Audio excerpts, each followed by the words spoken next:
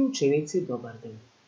Добре дојдовте на часот по хемија за 8 одделение. Јас сум наставник Зорка Христова Трајкова и доаѓам од основното општинско училиште Крсте Петков Мисирков од Радовиш. Денес заеднички ќе ја проследиме наставната единица гасен притисок од тема 1 агрегатни состојби на материјата. Кои се целите кои треба да ги реализираме на овој наставен час? Да умееме да дефинираме што е гасен притисок, да објаснуваме создавање на гасен притисок користејќи ја теоријата на честички, да дефинираме атмосферски притисок и да го објаснуваме влијанието на температурата врз притисокот на гасот.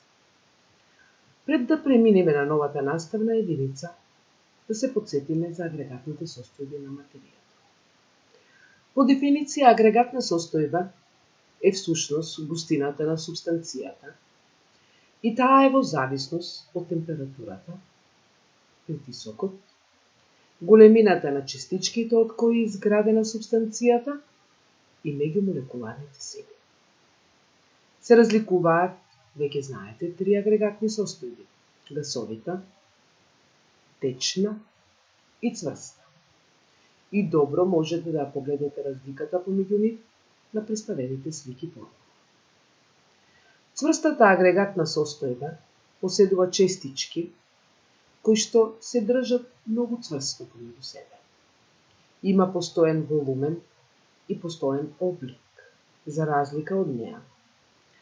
Частичките на течната агрегатна состојба поседуваат меѓусебни сили кои не се толку јаки како во цврстата агрегатна состојба. Имаат постоен волумен, меѓутоа го зазимаат обликот на садот во кој се наоѓаат.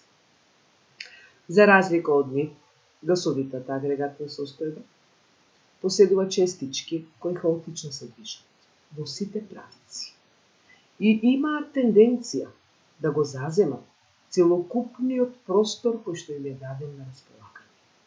Ова пак се должи на слабите интеракции, односно слабата меѓумолекуларна сила на частичките на гасот. А сега да објасниме што е гасен притисок. Веќе видовме дека гасовите поседуваат честички кои што имаат тенденција да го заземат целокупниот простор во садот во кој се наоѓаат. При тоа, доколку гасот се наоѓа во затворен сад, како што ви ја представено на оваа слика, неговите милиони честички се движат во сите правци и тие се судираат. При нивните судири, тие действуваат со одредена сила на зидот, внатрешните зидови на садот во кој се наоѓаат и како резултат на сите овие сили на действување на внатрешните зидови на садот, нивната сума на поединичните сили ја представува гасниот притисок, односно го предизвикува гасниот притисок. За разлика од гасниот притисок, доколку гасот се наоѓа во отворен сад, односно на дворишно, тогаш частичките на воздухот се судираат со другите површини наоколу, предметите. И ова резултира со појава на така наречен атмосферски притисок. По дефиниција, атмосферскиот притисок пак, за разлика од гасниот притисок, е притисокот на земјината атмосфера. Тој е притисок кој што го врши воздухот со неговата тежина. Се надевам дека можете да направите разлика помеѓу гасен притисок и атмосферски притисок. Еден од факторите кој што има влијание врз големината на гасниот притисок е температурата.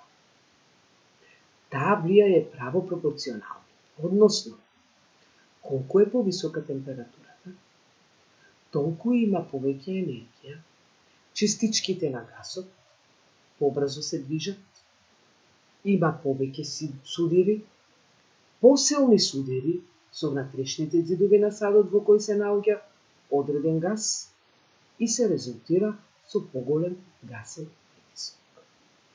Подолу ви се дадени два примери.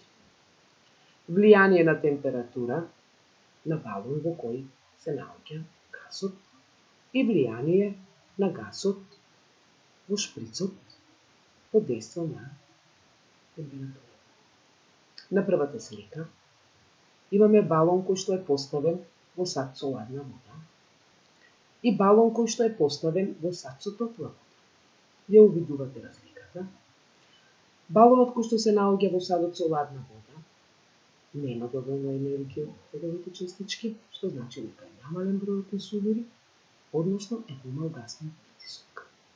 За разлика од него, частичките кои што се наоѓаат во балонот кој што е поставен во садот со топла вода имаат повеќе енергија, повеќе судири, посилни судири врз зидовите на балонот во нашиот случај, односно е доказ дека температурата право пропорционално влијае врз големината на гасниот притисок. Во однос на вториот дел од сликата, ви е поставен шприц, едниот е во сад со топла вода, а другиот е во сад со ладна вода. Како ќе обидеме разликата во однос на температурата? Го забележуваме извлекувањето на клипот на шприцот еден од друг. Ако добро забележувате, клипот на шприцот кој што е поставен во топла вода е повеќе извлечен кон надворешната средина, за разлика од клипот кој што е поставен на шприцот во садот со ладна вода.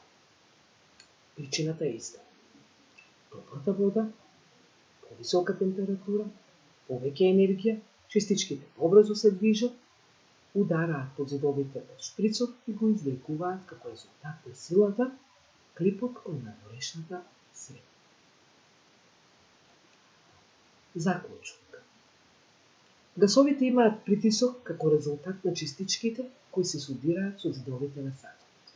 Видовме дека температурата влијае право пропорционално, но овде не треба да ја заборавиме и површината на садот во кој се наоѓа гасот. Односно, колку е помала површината, толку силата на дејствување на гасот врз истата површина е поголема. Се надевам дека часот ќе ви биде успешен. Успешно ќе ја реализирате наставната единица. Се надевам на следно видување. Останете со добро здравје. Довидување.